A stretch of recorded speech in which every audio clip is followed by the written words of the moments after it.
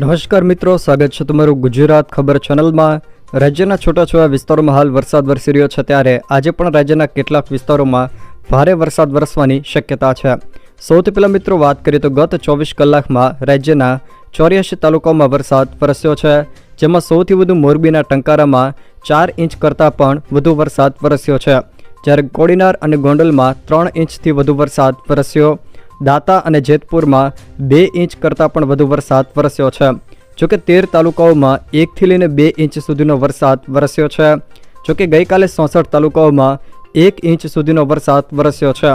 અહીંયા તમે હવામાન મોડેલમાં જોઈ શકો છો તે મુજબ ગઈકાલે ખાસ કરીને ગીર સોમનાથ, જૂનાગઢ, રાજકોટ અને મોરબી આ 4 જિલ્લાના વિસ્તારોમાં સૌથી વધુ વરસાદ વરસ્યો હતો, જ્યારે ગુજરાત હવામાન ખાતા દ્વારા આજે પણ રાજ્યના કેટલાક વિસ્તારોમાં ભારે વરસાદની આગાહી કરવામાં આવી છે।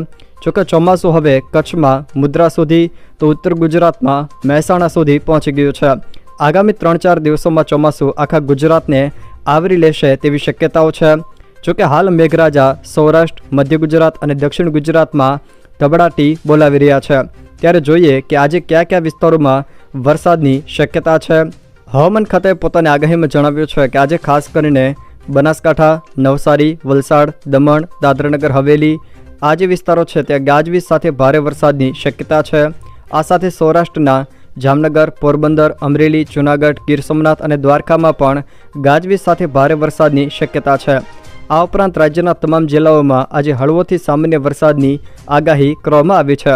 આજે ખાસ કરીને જો વાત કરવામાં આવે તો દરિયાકાંઠાના વિસ્તારો જેમ કે દેવભૂમિ દ્વારકા, પોરબંદર, જૂનાગઢ, ગીર સોમનાથ, અમરેલી, રાજકોટ, જામનગર અને કચ્છના કેટલાક ભાગોમાં વરસાદનું જોર વધુ રહે તેવી શક્યતાઓ હાલ જણાઈ રહી છે।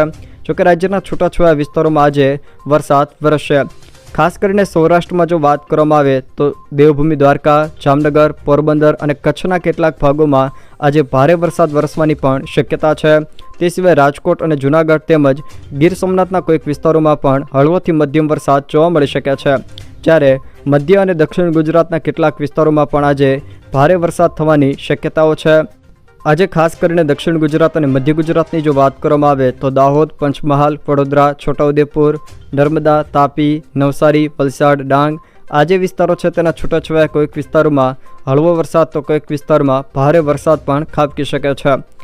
જો મિત્રો આ વિડીયો તમને પસંદ આવ્યો હોય તો વિડીયોને લાઇક કરો, તમારા મિત્રો સાથે શેર કરો અને જો તમે મારી ચેનલમાં નવા હોવ તો ચેનલને સબસ્ક્રાઈબ જરૂર કરજો, જેથી મારા આવનારા તમામ વિડીયોની માહિતી તમારા સુધી પહોંચી શકે।